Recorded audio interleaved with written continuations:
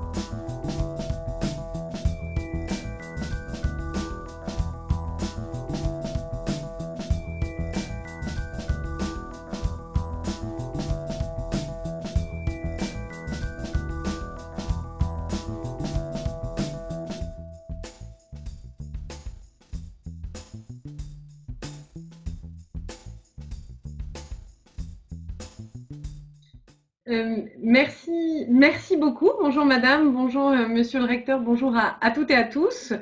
Merci beaucoup d'abord avant toute chose pour votre invitation. Ce matin, pour moi, c'est un vrai plaisir d'être avec vous.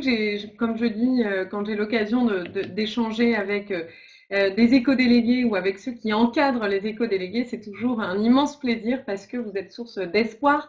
C'est par vous que vont passer beaucoup de changements. Alors, quand on parle de changement, effectivement, moi, c'est ce qui a toujours été un peu le moteur de ma vie. Alors, on dit toujours, on a des grands mots, mais je vais vous raconter une petite anecdote. Moi, comment est-ce que j'ai décidé de faire de l'engagement de ma vie le développement durable? C'est parce que j'ai grandi à la campagne, dans une zone rurale, comme on dit. Et quand j'étais enfant, depuis toujours, mon père, dès qu'on partait se promener, il prenait un sac avec lui et on devait ramasser des déchets qu'on trouvait. Et je fais ça depuis toujours. Et quand j'étais petite, il y en avait très peu. Et puis, plus j'ai grandi, plus il y en avait. Et on revenait avec des sacs pleins à la fin de nos promenades. Et ça, selon moi, et puis ensuite, je me suis renseignée, j'ai étudié un petit peu ce que voulait dire la pollution plastique, notamment, et à quel point c'était dramatique pour l'environnement, parce que comme vous le savez, les plastiques se décomposent en microplastiques, qui ensuite, dessus, viennent se greffer une quantité de bactéries, de virus, et viennent empoisonner, comme on dit, les écosystèmes ou la nature. Donc il y a ça d'un côté que je trouve particulièrement dramatique, mais de l'autre aussi, ce qu'on voit, ce que montrent les scientifiques, c'est que quand on s'attaque au problème, quand on veut restaurer la nature, c'est possible. En fait, la nature, rapidement, elle reprend ses droits. Rapidement, une espèce qui était sur le point de disparaître, par exemple, elle, avec du soin, elle peut revenir et revenir de façon pérenne. Et donc, tout ça, c'est à la fois source d'inquiétude, mais aussi source d'espoir. Et moi, ce que je trouve formidable avec les éco-délégués, c'est qu'ils peuvent représenter cet engagement-là. Et d'ailleurs, souvent, ils le représentent. Ce sont des élèves qui sont très motivés, qui ont beaucoup de nouvelles idées, qui sont très encadrés aussi, et très bien encadrés, très bien entourés. Et donc aujourd'hui, ce que m'a demandé de faire le Premier ministre et le ministre de l'Éducation nationale, Jean-Michel Blanquer, c'est de travailler à la structuration, mais aussi à contribuer au dynamisme de cette communauté d'éco-délégués, parce qu'encore une fois, ce sont les citoyens de demain, et il ne faut pas qu'une crise comme celle du coronavirus freine tous les élans de généralisation des éco-délégués, alors que c'est un formidable moteur. Et c'est un moteur aussi, et peut-être je conclurai là, c'est un formidable moteur aussi pour deux raisons. C'est parce que ça montre qu'en s'engageant, en allant dans l'action, on peut trouver une troisième voie entre deux alternatives qui sont le découragement ou le désespoir, qui peuvent amener à des situations de grande angoisse, ou alors au contraire le déni de la réalité du réchauffement climatique, qui peuvent amener à une attitude presque, bon, bah, c'est trop tard, c'est foutu, il n'y a plus rien à faire. Et les éco-délégués, le personnel encadrant montrent que les professeurs montrent qu'il y a une troisième voie médiane qui est celui de l'engagement, de l'action, du concret. Et voilà pourquoi je suis particulièrement heureuse d'être avec vous ce matin. Donc, madame, c'était une longue réponse à votre question, mais voilà, je vous cède la parole.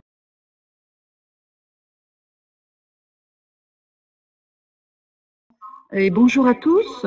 Donc d'abord, je suis ravie d'être avec vous aujourd'hui. Lorsque Florence et Delphine, mes collègues inspectrices, m'ont proposé de devenir grand témoin de cette belle aventure, j'ai tout de suite accepté parce que j'ai effectivement à cœur la formation des jeunes.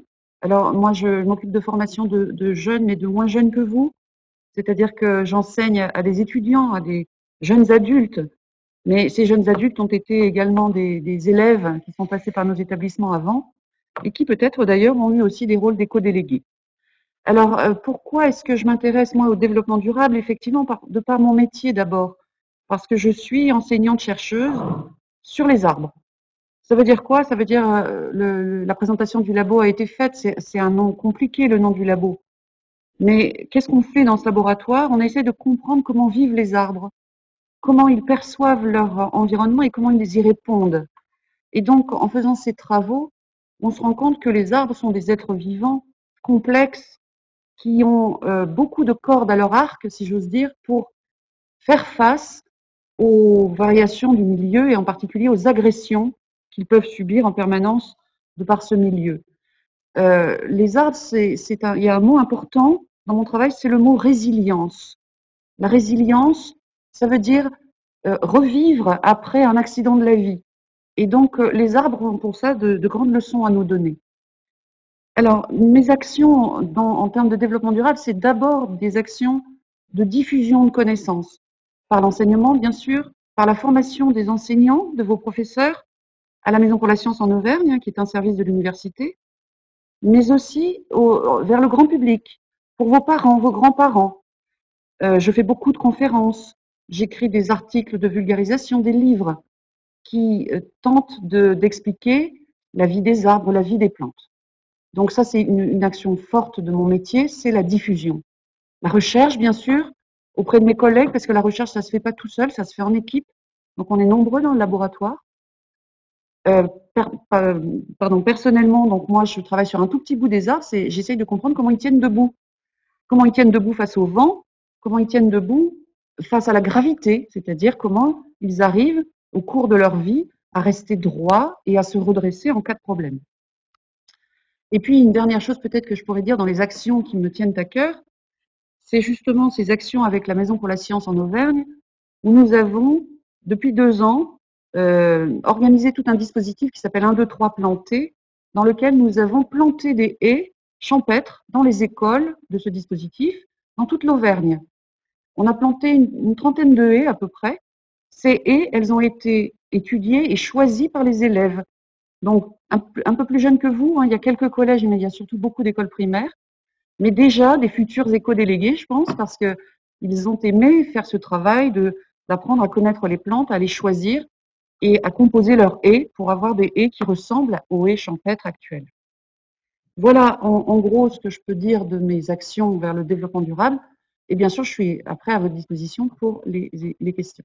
Donc, nos éco-délégués sont particulièrement investis dans leurs soucis de l'environnement et nous allons leur donner la parole dès à présent. C'est plusieurs centaines d'éco-délégués que nous avons dans notre académie, depuis longtemps d'ailleurs, parce que même avant qu'on promouve cette élection, il y avait déjà beaucoup d'éco-délégués dans notre académie.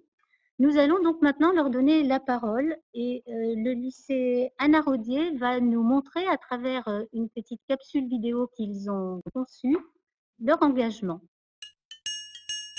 En matière de recyclage, nous avons le papier, le verre, le plastique et le métal. Le papier, le verre, le plastique et le métal. T'as le papier, le verre, le plastique et le métal. T'as le papier, le verre et le plastique. Tu peux lever la tête, regarder ta planète, dire qu'elle est belle et voir qu'elle n'est pas nette. La terre désormais est souillée, délaissée. Les hommes ont oublié Le sens du mot respect. Tu peux faire quelque chose, avoir un éco-geste à n'importe quel âge. Faire du recyclage. Il s'agit de trier nos déchets ménagers. Si tout le monde s'y met, c'est sûr, c'est gagné. Un vrai défi pour la Terre à relever.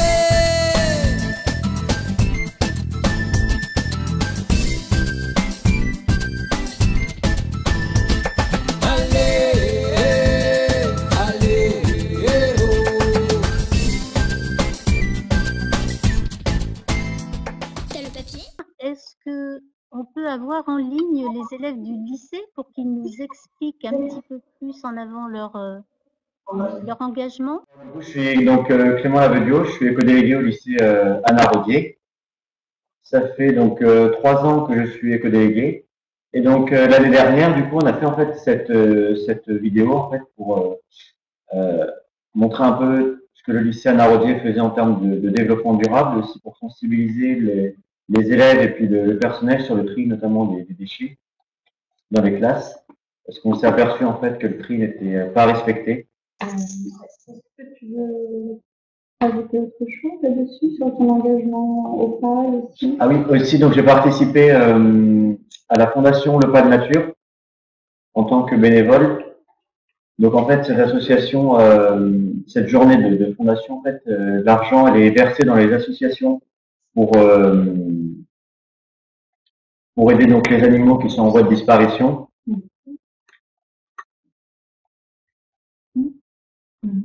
Alors, j'aimerais vous poser une question par rapport à votre travail. Qui sont les plus motivés finalement dans votre établissement? Est-ce que ce sont les élèves, les enseignants? Est-ce que vous travaillez en commun avec d'autres membres de la communauté éducative? Donc avec notre professeur d'anglais et puis notre service civique. Est-ce que vous avez des idées à proposer pour motiver encore plus vos camarades? Donc des éco-délégués qui travaillent pour un des objectifs qui consiste à aider les réfugiés qui sont sur Moulins, les réfugiés de droit commun bien sûr, et qui nous avaient signalé, l'association nous avait signalé qu'il y avait beaucoup de jeunes hommes ou de personnes qui se nourrissaient très très mal. Donc en fait on organise on fait un questionnaire, les élèves de terminale à SSP qui sont ici présents font un questionnaire, qui sont qui est en cours de réalisation, ce qu'on leur a fait cette année. Et suite aux résultats, on envisage de leur donner quelques cours de bien manger, de manger durable et surtout d'aller acheter local, puisque le centre-ville, voilà, en fait, ils viennent très très rarement au centre-ville pour faire leurs courses, donc pour qu'ils s'approprient un petit peu plus les petits commerces locaux. Et donc on organise une demi-journée le vendredi où c'est le jour du marché. Et on fait des courses ensemble et ensuite on retourne en cuisine pédagogique au lycée et on cuisine ensemble, on partage. Merci. Je vous en prie.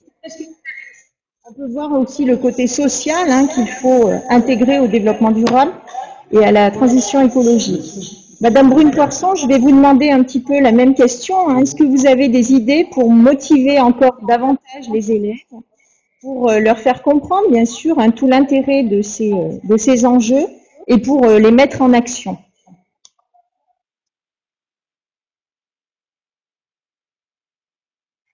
Merci beaucoup. Je ne suis pas sûre d'avoir totalement entendu toute votre question en raison des interférences de son. Mais si j'ai bien compris, qu'est-ce qui pourrait motiver plus encore les élèves? Je pense, en tout cas pour ma part, déjà, je suis assez impressionnée par leur niveau de mobilisation et par tout ce qu'ils font. Je pense que ce qui serait aussi utile, c'est de continuer en fait dans la lignée de ce qu'ils font déjà, mais à travailler avec d'abord deux choses en fait, à mon avis, avec des outils pour mesurer leur impact, soit en termes d'émissions de CO2, soit en termes de préservation de la biodiversité, en tout cas avoir une analyse peut-être un peu plus précise des impacts des projets qu'ils lancent. Et puis aussi continuer à travailler avec des partenaires extérieurs, là encore, pour pouvoir toucher du doigt l'impact très concret de ce que leur engagement en faveur du développement durable peut changer dans la vie des gens, dans la vie de la société. Parce qu'il y a peu de choses qui sont plus enthousiasmantes et plus peut-être il n'y a pas de meilleure récompense que de s'apercevoir qu'on a un impact positif, soit sur la nature, soit sur la société, les individus, soit sur les deux. Donc, je vois qu'ils sont très bien partis et je les encourage à continuer comme ça. Merci, madame. Alors, on va passer au lycée Saint-Benoît de Moulins, qui a préparé également une capsule vidéo. Je m'appelle Isaac, je me suis présenté en tant qu'éco-délégué parce que j'aime être généreux et aussi parce que j'avais envie de m'investir et découvrir. Bonjour, je m'appelle Jeanne. Je me suis présentée en tant qu'éco-déléguée par curiosité et pour sortir de ma vie monotone. Je trouve important qu'on prenne conscience de l'environnement et de la solidarité. Bonjour, je m'appelle Thomas. Je me suis présenté à l'élection d'éco-délégués parce que ça fait longtemps qu'on a lu des articles dans les journaux sur ce projet dans d'autres collèges et lycées. Ça m'a fait plaisir que j'ai l'occasion de participer à mon échelle à aider à sensibiliser pour l'environnement. Bonjour, je m'appelle Carla. Je me suis présentée en tant qu'éco-déléguée dans mon établissement parce que j'aime aider les autres. Je trouve que faire plein d'actions environnementales, sociales, permet de construire de nouveaux horizons. Ça permet d'apporter aussi de nouvelles visions et puis ça peut être que bénéfique d'aider les autres et d'aider son prochain. Donc voilà. Fête des Lumières, c'est une action organisée par l'association Caritas France à Moulins. Elle consiste à chanter pour les personnes âgées et à leur distribuer des cadeaux faits main. Cette action s'insère dans les objectifs en développement durable d'ici à 2030. Le premier ODD, pas de pauvreté, rappelle qu'une des grandes souffrances dans nos sociétés est la solitude. Donner de la joie à ces personnes participe à la réduction de la pauvreté. Mais cette année, dans un contexte de crise sanitaire, nous avons mené une réflexion en classe et avons décidé d'enregistrer une vidéo de danse, mais aussi de confectionner un présent pour chacun des résidents. Le choix s'est porté sur la confection de fleurs en papier. Nous avons aussi impulsé d'autres projets cette année. Le journal du lycée, dont le premier numéro va apparaître, il diffuse une culture propre aux jeunes, mais aussi une ouverture sur des enjeux mondiaux, dont les 17 ODD d'ici 2030. Nous voudrions aussi mener un projet environnemental sur la rivière Allier, à quelques minutes de notre établissement. Une des portes d'entrée serait l'art pour éveiller nos consciences de ce milieu fragile et participer à des projets avec la mairie ou la LPO sur les bords de l'Allier.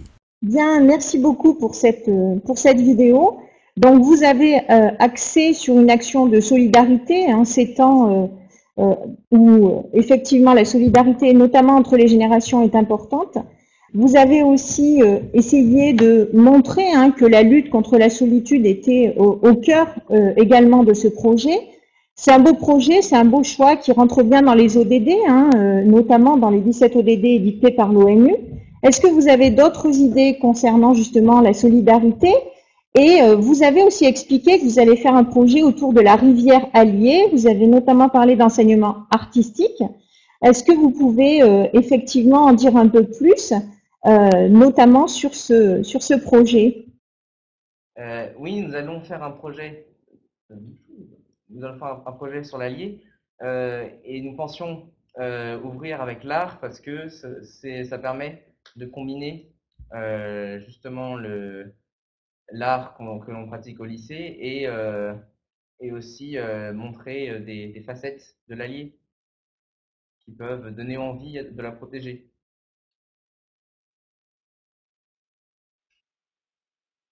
Bien, merci beaucoup. Alors, plusieurs équipes d'éco-délégués ont une question pour vous, Madame Poirson. Donc, je me fais l'écho de leurs questions. Puisque vous avez été élue vice-présidente de l'Assemblée des Nations Unies, pouvez-vous nous expliquer en quoi consistait cette mission, justement, qui peut paraître gigantesque, et quelles ont été les actions que vous avez pu impulser ou que vous avez pu développer, justement? Alors, quand on est vice-présidente des Nations Unies pour l'environnement, en fait, ça consiste avec d'autres pays, c'est-à-dire d'autres ministres, d'autres pays qui sont eux aussi vice-présidents des Nations Unies pour l'environnement, à écrire ensemble le programme de travail des Nations Unies en faveur de l'environnement. C'est-à-dire sur quoi va travailler l'ONU, c'est-à-dire en fait tous les pays du monde, dans quelle direction vont-ils aller, y a-t-il des sujets qui sont prioritaires plus que d'autres, et comment les aborder. C'est vraiment là-dessus qu'on travaille. Et donc, beaucoup de mon temps a été consacré à trouver des points de consensus, décider à plus de 150 pays, ce qui est quand même un énorme défi, sur quoi on allait travailler. Alors, on a identifié bien sûr la préservation de la nature, la préservation de la biodiversité, et en particulier la question des services que rendent les écosystèmes à l'homme et plus largement à la nature. Par exemple, des mangroves, eh bien, ce sont un puissant réservoir de biodiversité, mais c'est aussi un frein ou une limite à un tsunami, par exemple. Ça, c'est un exemple d'écosystèmes qui sont rendus à la nature. Donc, ça, c'était une des priorités qu'on a identifiées, préserver la biodiversité pour s'assurer qu'elle rend encore tous ses services à l'homme, à la nature en général. Deuxième pilier, c'était la lutte contre la pollution plastique, qui est un immense problème à l'échelle de la planète et qui va pas arrêter de s'accroître. Par exemple, quand on voit en matière de production de plastique, de pétrole, on voit que tout le passage à la voiture électrique qui va faire baisser l'utilisation normalement de la quantité de pétrole qui va être utilisée, en fait, va être transféré vers la production de plastique, vers la pétrochimie notamment. Donc, il faut se saisir de ce problème-là parce qu'il est clé. Et donc, ces deux priorités-là étaient celles qu'on a vraiment identifiées comme programme de travail pour les Nations Unies à l'échelle mondiale. Et ça consiste à essayer ensemble, collectivement, de trouver comme un projet de loi, en fait, comme une loi qui s'appliquerait à l'ensemble des pays du monde.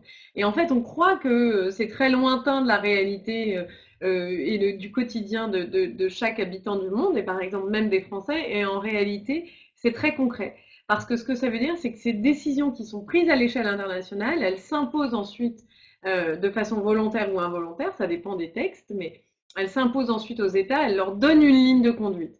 Et donc, c'est plus difficile pour eux d'apparaître et de ne pas respecter l'environnement. C'est plus difficile pour eux d'apparaître sur la scène internationale comme étant pas vraiment respectueux de l'environnement parce qu'ils ont la pression de l'ensemble des pays du monde.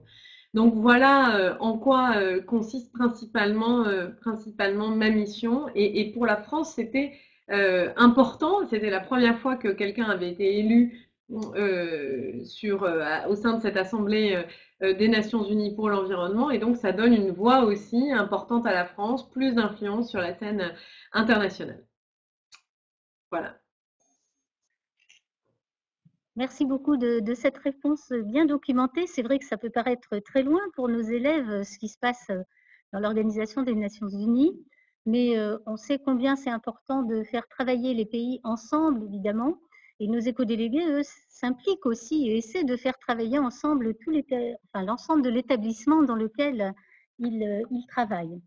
Alors, je vous propose maintenant de regarder encore une petite capsule vidéo du Collège Saint-Joseph à Maringues, et ensuite de leur poser une ou deux questions s'ils sont présents. Donc, je leur demande de se préparer et de déclencher leur caméra et leur micro aussi pour qu'on puisse les écouter. Le Collège Saint-Joseph de Maringues est un établissement de 90 élèves. Les éco-délégués et les volontaires se réunissent en atelier développement durable tous les jeudis de 13h10 à 14h10. Est-ce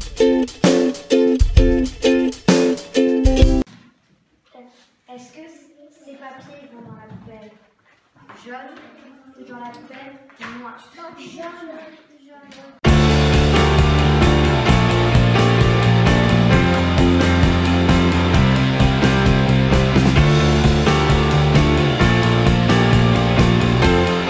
Ensemble. Ils s'écrivent sur toutes les surfaces. Ils écrivent plus fin. Ils n'ont pas d'odeur. Ils s'effacent à l'eau.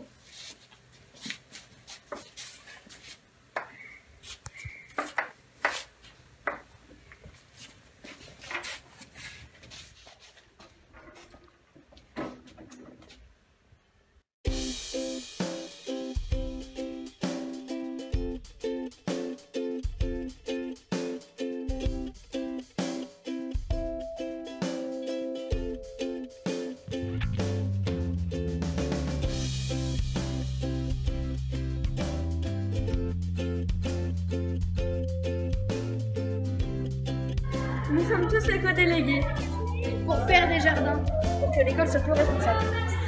Pour protéger les animaux en danger. Pour sauver la planète. Pour pouvoir mieux recycler. Pour donner des informations. pour instaurer des gestes au quotidien, Pour se rencontrer. pour lutter contre le gaspillage.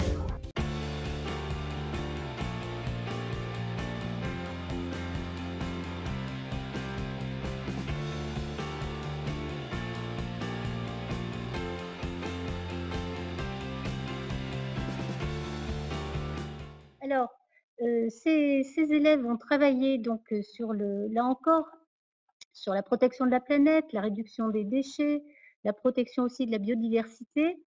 On a vu qu'ils avaient remplacé les feutres de tableau blanc par des craies effaçables. Personnellement, je ne connaissais pas. Alors, s'ils sont en ligne, ils vont peut-être pouvoir nous expliquer pourquoi ils ont choisi de remplacer ces feutres. Autrement dit, qu'est-ce qu'il y a de négatif, peut-être de néfaste dans ces feutres? Oui, ils ont été très motivés sur cette action, donc on a des craies grasses dans toutes les classes parce que on a des tableaux blancs qui sont un petit peu aussi anciens, donc quand on met du Velleda sur les tableaux blancs, on a du mal à effacer. Et puis parfois on est un peu incommodé aussi par l'odeur, donc on a trouvé ce système. On m'avait parlé de ces craies grasses et du coup on utilise ça maintenant. Donc ils se taillent.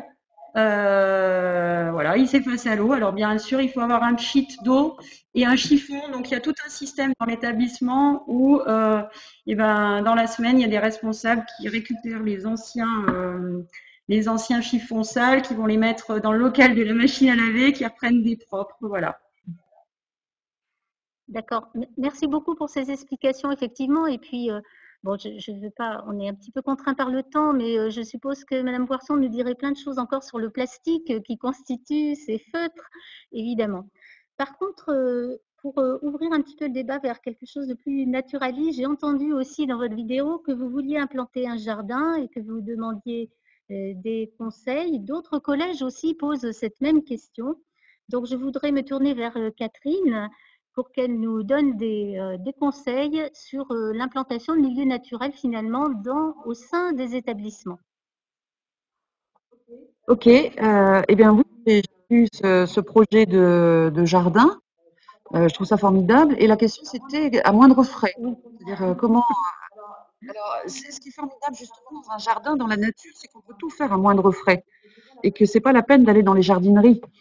Et que peut avoir accès à des bourses de graines, à des échanges de graines avec des jardiniers, avec des associations, se tourner vers les semences paysannes qui permettent d'être semées et en une année de réobtenir de nouvelles graines, c'est-à-dire on va récolter bien sûr le produit de son jardin, mais on va aussi récolter les graines et ressemer l'année suivante.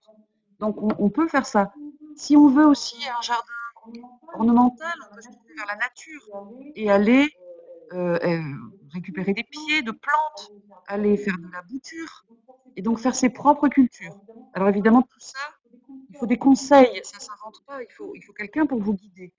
Donc est-ce que autour de vous, parmi les parents ou les grands-parents des enfants de vos classes, il y a peut-être des jardiniers, peut-être des anciens, des retraités qui seraient ravis de pouvoir donner des conseils de jardinage? J'oubliais une chose aussi, par exemple la terre. La terre, souvent, on va l'acheter bien cher dans les jardineries. Il suffit d'aller se promener autour de chez nous en Auvergne et de voir que les râteaux-pieds ont fait le travail pour vous et ont retourné la terre, c'est-à-dire en creusant les galeries. Alors, bien sûr, ils abîment les prés, mais en même temps, ils nous offrent cette terre gratuite qu'on peut aller récupérer. Donc, il y a plein d'idées pour faire du jardinage pas cher. En 2 minutes, c'est difficile, bien sûr, de donner des conseils plus approfondis, mais moi, je peux vous en donner par écrit et je vous conseille vraiment de trouver autour de vous des jardiniers qui pourraient vous encadrer. Merci beaucoup, Catherine, pour ces précisions effectivement très concrètes qui préoccupent nos élèves parce qu'il y a en fait beaucoup de collèges et de lycées qui commencent à aménager les espaces verts de leur établissement, qui commencent ou qui continuent d'ailleurs, pour le rendre aussi plus agréable à vivre et plus convivial, en soignant finalement le climat de l'établissement. Nous, on parle de climat scolaire, mais pour les élèves, c'est important effectivement de se trouver le mieux possible pour partager des choses à faire, pas que du savoir à apprendre, pas que des compétences diverses à développer, mais également pour se socialiser ensemble au sein de leur établissement. Et si ça peut se faire en cohérence avec un développement naturel le plus agréable possible, évidemment, c'est la meilleure des choses. Alors, je crois qu'on va passer la dernière vidéo proposée par le Collège Saint-Louis du Puy-en-Velay, en Haute-Loire.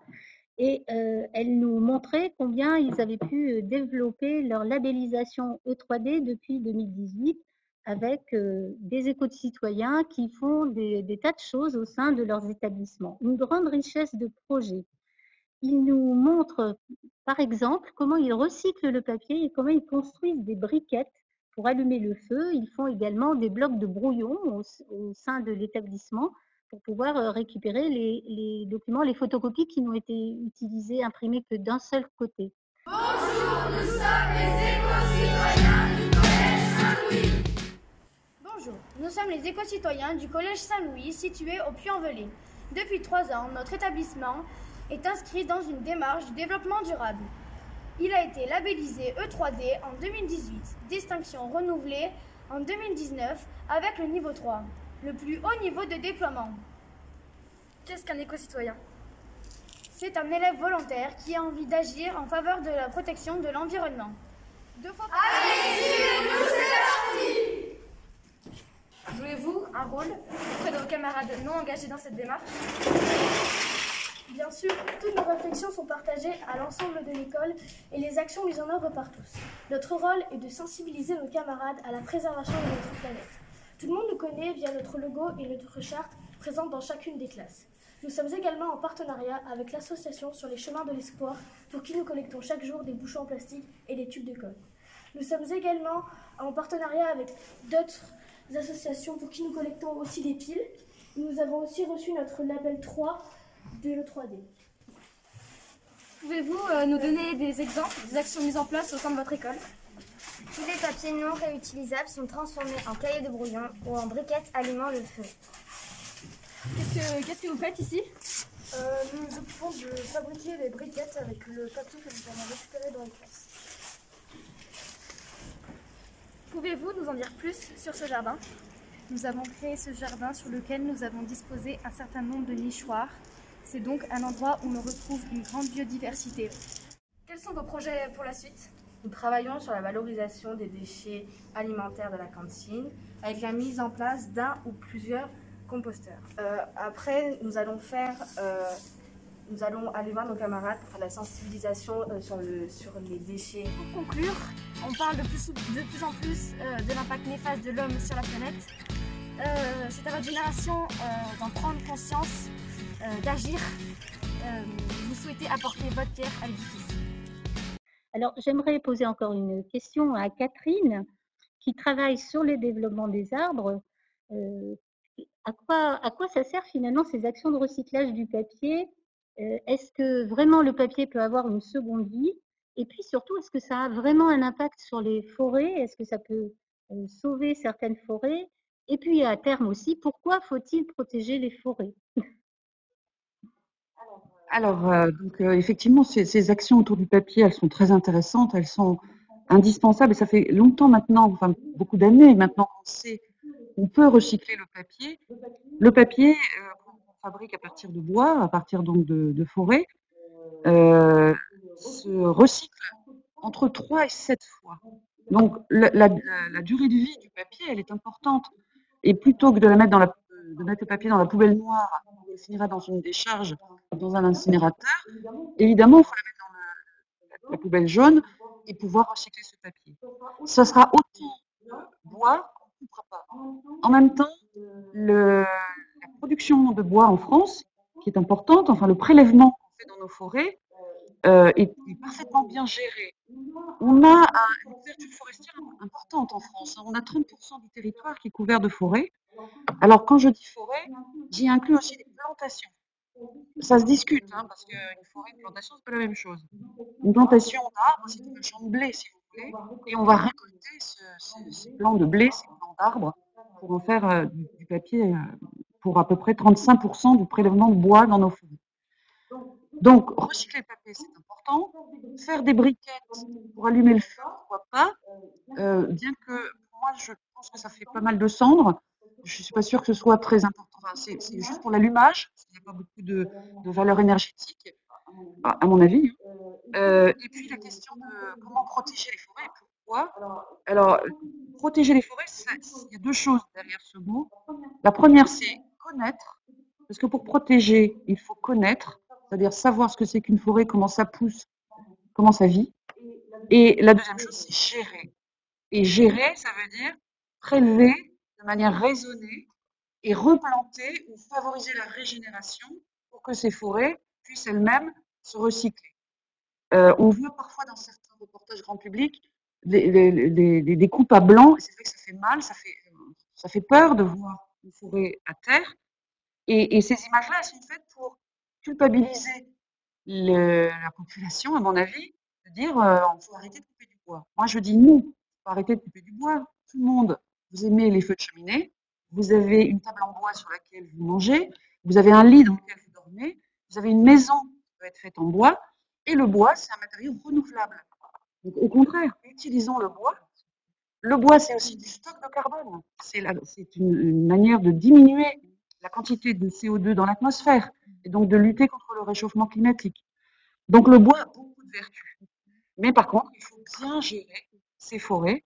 Et ça, il y a beaucoup d'organismes qui s'y emploient en France et dans le monde. Moi, dans les pays qui ont compris que cette gestion était importante. Voilà ce que je dirais en gros rapidement sur cette question du recyclage de papier et de l'intérêt de protéger les forêts. Merci beaucoup, Catherine. Merci. Ah, je voulais juste ajouter quelque chose, parce que je n'ai pas encore eu l'occasion de le faire. Je voulais féliciter tous ces jeunes, leur dire un immense bravo pour leurs engagements, pour leur envie d'aller plus loin, de faire quelque chose pour la planète. Donc ça, moi, je trouve ça extraordinaire. Bravo à tous.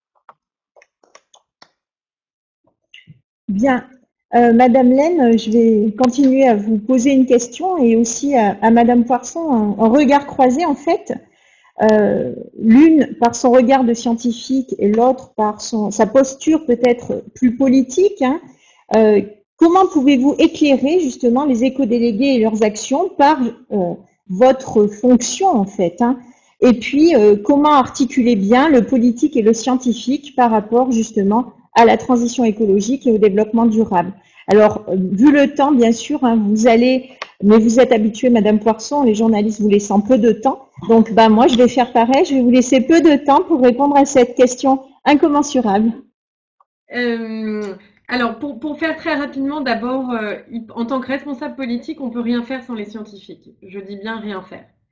Depuis le début, c'est eux qui nous alertent, eux qui nous montrent la réalité du réchauffement climatique, et c'est eux qui nous aiguillent ensuite pour nous dire quelles seraient potentiellement les meilleures mesures à prendre ou pas. Et ça, je crois que plus que jamais, on a besoin des scientifiques, à la fois pour nous guider dans l'élaboration de nos politiques publiques, mais ensuite aussi pour les évaluer, et puis en dernier lieu, pour lutter contre certaines idéologies, soit ceux qui nous expliquent que le réchauffement climatique n'existe pas, soit ceux qui nous disent que le réchauffement climatique est trop important pour que, par exemple, on puisse prendre le temps de faire en sorte qu'on ne laisse personne au bord du chemin. Et c'est cet équilibre-là qui est difficile à trouver et qu'on peut trouver en grande partie grâce aux scientifiques. Et ce que j'aurais à dire aux éco-délégués, c'est j'ai pas tant des conseils à leur prodiguer que plutôt les remercier en leur disant que c'est plutôt eux qui, en tout cas moi, donnent du sens à ma mission, à mon travail, parce que je sais que derrière, il y a une génération qui est très motivée, qui est très dynamique, qui fait des choses formidables comme je viens de l'entendre, et ça exige qu'on ne peut pas les décevoir, et j'ai hâte de aussi de leur transmettre le flambeau et que ce soit bientôt à eux de prendre toutes ces décisions et d'orienter la société résolument vers un monde plus vert, plus durable et bien sûr où il y a plus de bien-être et de bonheur sans que ce soit non plus cucu. Voilà. Merci beaucoup en tout cas. Ok, merci Madame Poisson. Moi, je vous approuve complètement dans ce que vous venez de dire et qu'effectivement, il faut qu'on travaille main dans la main et c'est ce qui se passe depuis des années, donc c'est très bien. Et moi, je voudrais juste dire aussi aux éco-délégués, mon rôle de marraine, je le vois vraiment comme un rôle de scientifique, c'est-à-dire si vous avez la moindre question, vous faites passer, je ne sais pas par quel créneau, mais on verra ça, mais je peux répondre à vos questions, je peux vous aiguiller, je peux vous donner des conseils de lecture, des conseils de visionnage, et je voudrais terminer sur l'importance de votre esprit critique. C'est-à-dire que quand vous allez faire des recherches sur le web à propos du développement durable, à propos du réchauffement climatique, etc., et vous allez être confronté à un tri de l'information important parce qu'il y a des choses vraies, enfin du moins, il y a des choses scientifiques, prouvées, argumentées, et puis il y a tout le reste, c'est-à-dire tout ce qui est fake news. Et donc moi je vous encourage à chaque fois que vous lisez un site, que vous lisez l'information, demandez-vous d'où ça provient, qui parle, est-ce que je peux avoir confiance, comment je peux recouper cette information, est-ce qu'il y a des travaux scientifiques derrière, bref, ne vous faites pas avoir et au contraire, ayez en tête cette démarche scientifique qui est un outil très puissant pour faire la différence entre le faux et le vrai. Voilà, et en tout cas, bon travail à tous.